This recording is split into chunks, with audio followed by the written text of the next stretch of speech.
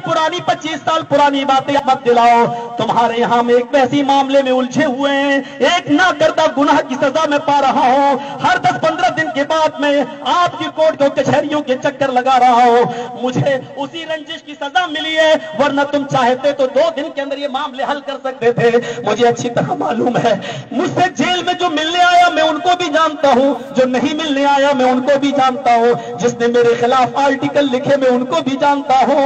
मुझे अच्छी तरीके से मालूम है, मेरी बीवी मुझसे मिलने आती थी, मेरी मां मुझसे मिलने आती थी।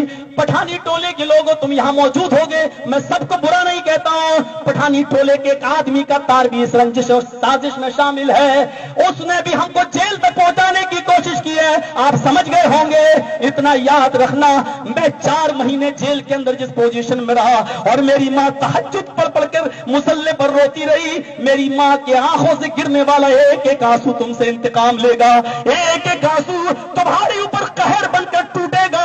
मेरी मां की जो है तहज्जुद में पढ़ी जाने वाली दुआएं इंशाअल्लाह रंग जरूर लाएंगी। इतना याद रखना, मुझे मेरे बीवी और बच्चों से दूर करने वालों तुम कभी खुश नहीं रहोगे। मैं तुम्हें बद्दुआ नहीं दे रहा हूं, मैं सिर्फ इतना कहना चाहता हूं, जो दुनिया में दूसरों के लिए कुआं खोदता है उसके लिए भी हजारों कुएं खुदे हुए होते हैं। आज तुमने एक झूठे केस के अंदर मुझे फंसाया, जबकि तुम्हें अच्छी तरीके से मालूम है कि जिस इलाके की वो लड़की है दूसरा मौलवी उसको लेके जा रहा है। यही टाटा सोमो पर वो बुक होती है और यहाँ के 4 व्हीलर पर बैठ कर दूसरे मौलवी के साथ इटावा जाती है। 4 दिन वो इटावा में दूसरे मौलवी के साथ रहती है, 4 दिन तक वहां रहती है और एक बार नहीं 4 बार वो लड़की इटावा के अंदर जाती है और उसी मौलवी के घर रुकती है। मेरे भाइयों, इतना याद रखना, इतनी सफाई मुझे जरूर कहना थी। मैं आपको अपना कल्चर बता देना चाहता हूं और ये तहजीब बता देना चाहता हूं कि मामला दूसरों के साथ हो, लेकिन किस तरीके से मुझे उलझाया गया है इंशाअल्लाह उसकी अदालत में देर जरूर है लेकिन अंधेर नहीं।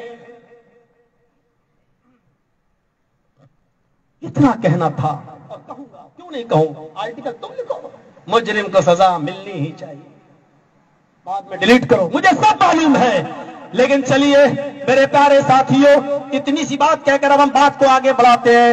मुझे बताओ किस बात पर रंजिश है तुम्हारी। अल्लाह के नबी सल्लल्लाहु अलैहि वसल्लम तो काफिरों से भी सुलह कर रहे हैं, हम काफिर तो नहीं है, हम मुशरिक तो नहीं है।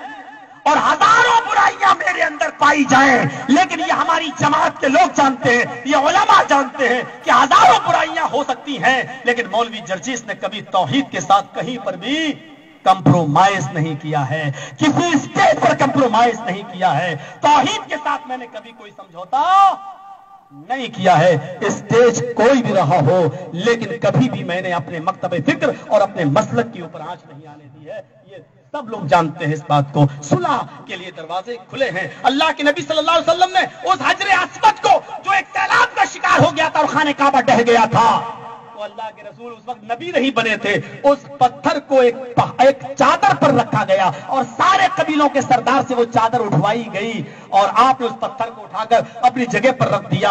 उस मौके पर भी सुलह किया था आपने और सारे लोगों को खुश करने की कोशिश की थी जब आप नबी नहीं बने थे। तो मेरे प्यारे साथियों, सुलह के खातिर आपने अपना नाम कटवा दिया, अपना नाम।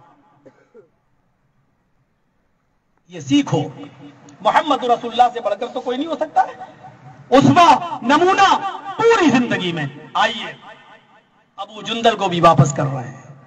सहाबा की गैरत ललकार रही है, नहीं अल्लाह के नबी हमें मरना गवारा है, लेकिन इतना दबकर समझौता करना गवारा नहीं। लेकिन नबी ने कहा नहीं, सब ठीक हो जाएगा, मुझे समझौता करना है। समझौता कर लिया गया, चले गए सब। अब देख लीजिए उस सुलह का असर क्या हुआ। देख लीजिए, वक्ती तौर पर थोड़ी सी हार थी हमारी, लेकिन उस सुलह का असर यह हुआ कि पूरा मक्का कुछ ही दिनों के अंदर मोहम्मद रसूलुल्लाह के ज़ेर इक़्तिदार आ गया। पूरे मक्के पर मोहम्मद रसूलुल्लाह सल्लल्लाहु अलैहि वसल्लम की हुकूमत छा गई और अल्लाह के रसूल 10,000 सहाबा के साथ फातिहाना मक्के के अंदर दाखिल होते हैं और मक्के को विजय कर लेते हैं, मक्का को पर विजय प्राप्त हो जाती है, जीत हासिल हो जाती है।